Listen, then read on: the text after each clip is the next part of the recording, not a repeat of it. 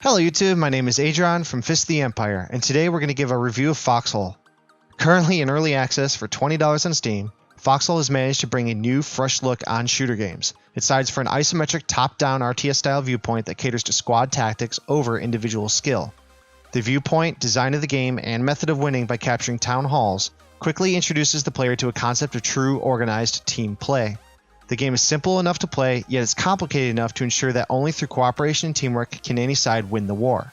Foxhole is considered a sandbox online multiplayer game. This means that maps can go up to 140 players in size, with expansions in those numbers coming as the developers continue to improve the game.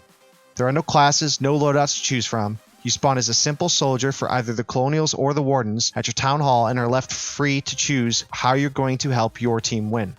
Maps can last anywhere from 4 to 6 hours, all the way to over 24 hours, where some maps have actually gone past 100 hours of real-life time before a final winner emerges. Foxhole is not Call of Duty, and it is not Battlefield. Individual skill is much less important when compared to the contribution a group of people can make to the entire team effort.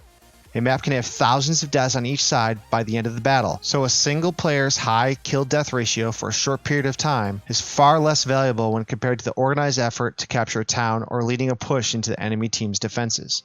A unique in-game voice chat system allows you to talk to players in and around your line of sight, lending to amazing moments of leadership and strategy separated by brief moments of one-liners and hilarious retorts as a patient dies in the medic's arms, Saving Private Ryan style.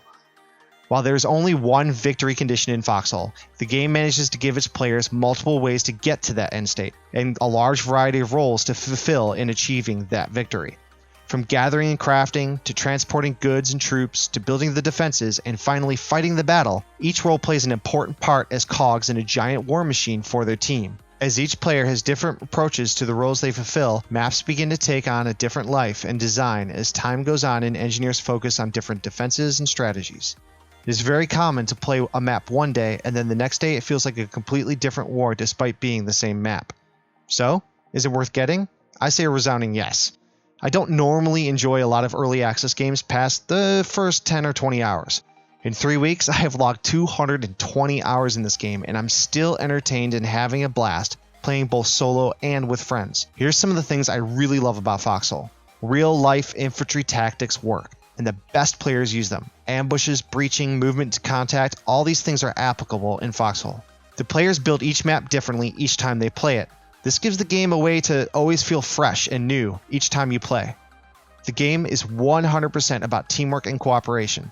Going alone just is not effective, and lone players quickly learn that they're not going to win the game unless they agree to work with the rest of their teammates. Voice chat and communication really encourages teamwork. It's designed for teamwork from the top down and is an effective enabler for that purpose.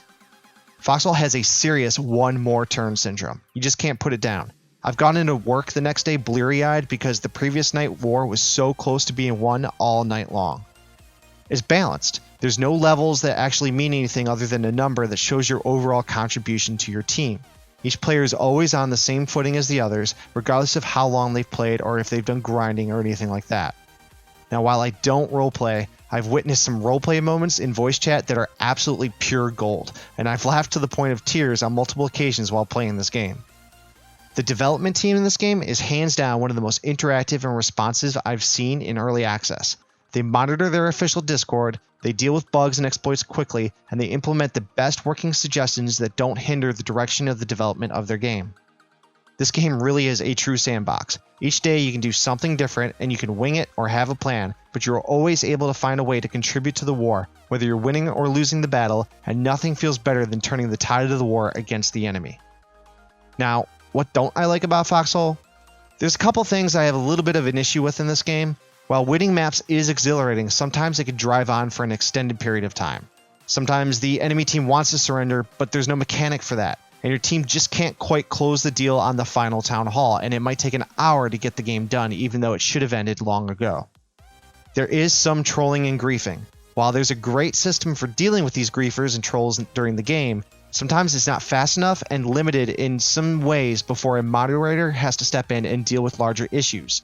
Now, these mods are reachable and they're quick to get to it, but it happens once or twice a week on a server and it can be frustrating.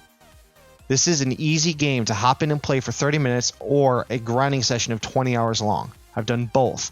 but there is no way to actually see stats, and it can sometimes be hard to see or judge your contribution to your team. How much did I gather? What did I supply? How many kills did I get, or how many people did I rescue? While these things may tend to drive individual gameplay over team play, it would be something that's nice to see for some of the more competitive players.